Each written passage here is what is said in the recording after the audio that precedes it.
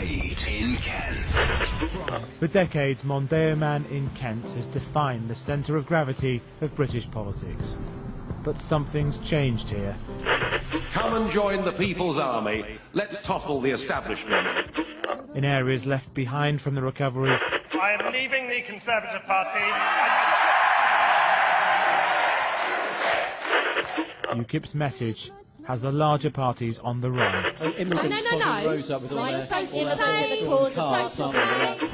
Mondeo man is being wooed by UKIP, and this week, should Rochester fall, they claim the purple tide could sweep the whole of North Kent.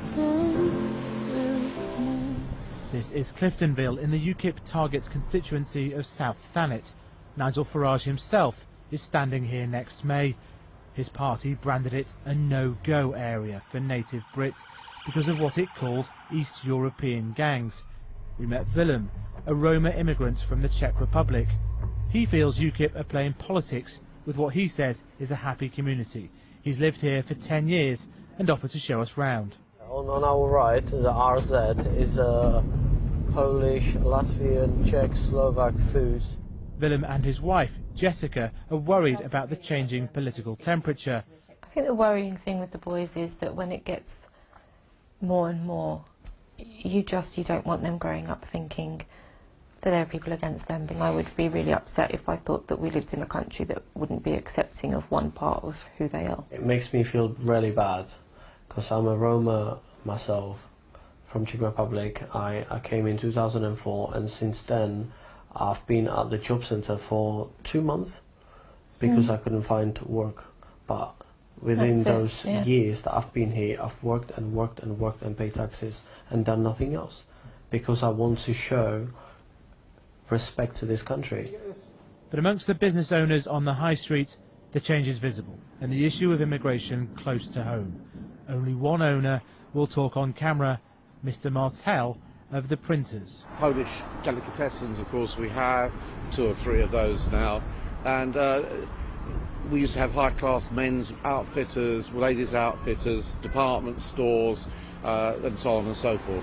This disillusioned nostalgia is having a political consequence.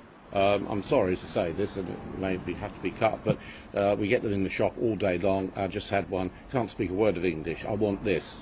So, well, what's that? You know, I haven't got a clue what he wants. And if you walk down North Town Road, you will probably hear more foreign languages than you will English. So you're a Conservative, though, or you were? I was. He told me he'd be voting UKIP in May. One of the key issues is pressure on public services like schools. In the neighbouring constituency of North Thanet, also in UKIP's sights, this school shows the impact of migration on local public services. In just 6 years, the number of pupils with English as a second language has rocketed from under 1% to 30%, and the students can't help but notice. This is a bit controversial now. Yeah. Yeah? With UKIP. With UKIP? Yeah. You know about UKIP? Yeah. What do you know about UKIP? Because all the immigrants they come into our country and they become get on benefits, and UKIP think that they're stealing our money. Yeah. Because they think British people should come first because it's our country. Yeah. And then Do you believe that? no. No. Half. And you're fine with it all? You're fine with having a mate from Poland, Bulgaria? No problem with that. No problem.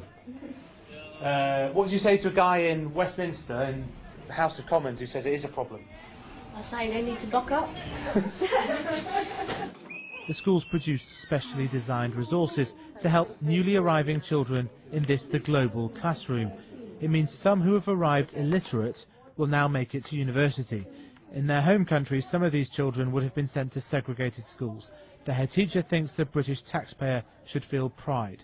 It's something that should be really celebrated right the way across the UK. But politics right now would say, yeah, well, this is now a magnet.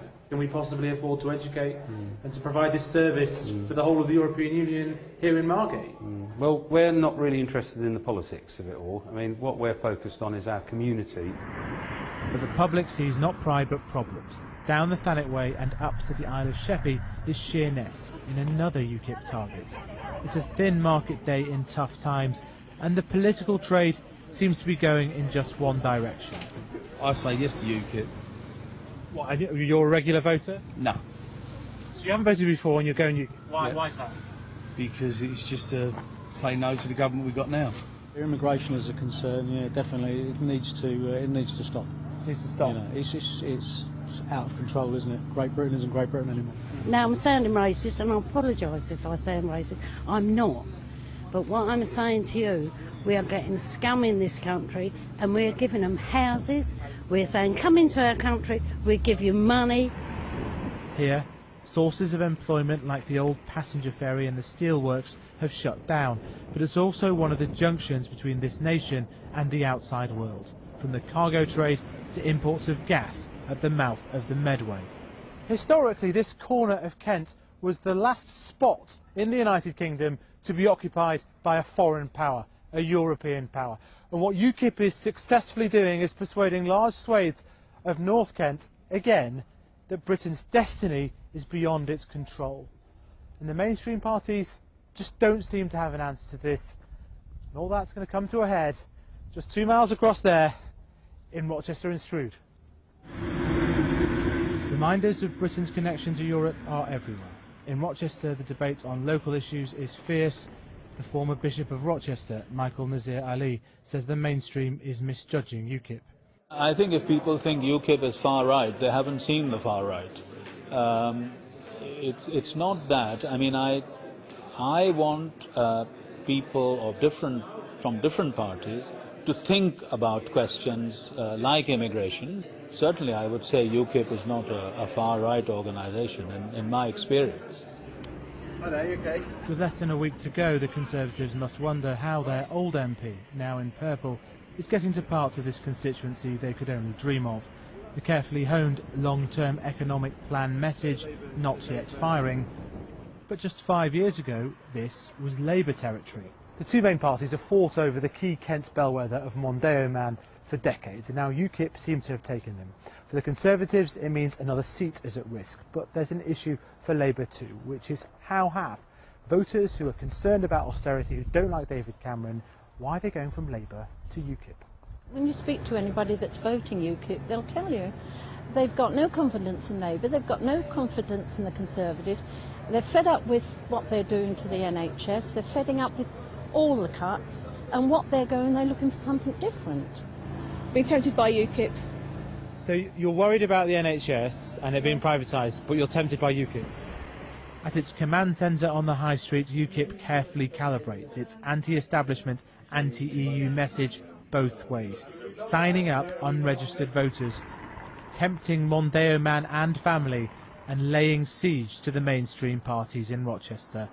This week's result, much more than just a local battle.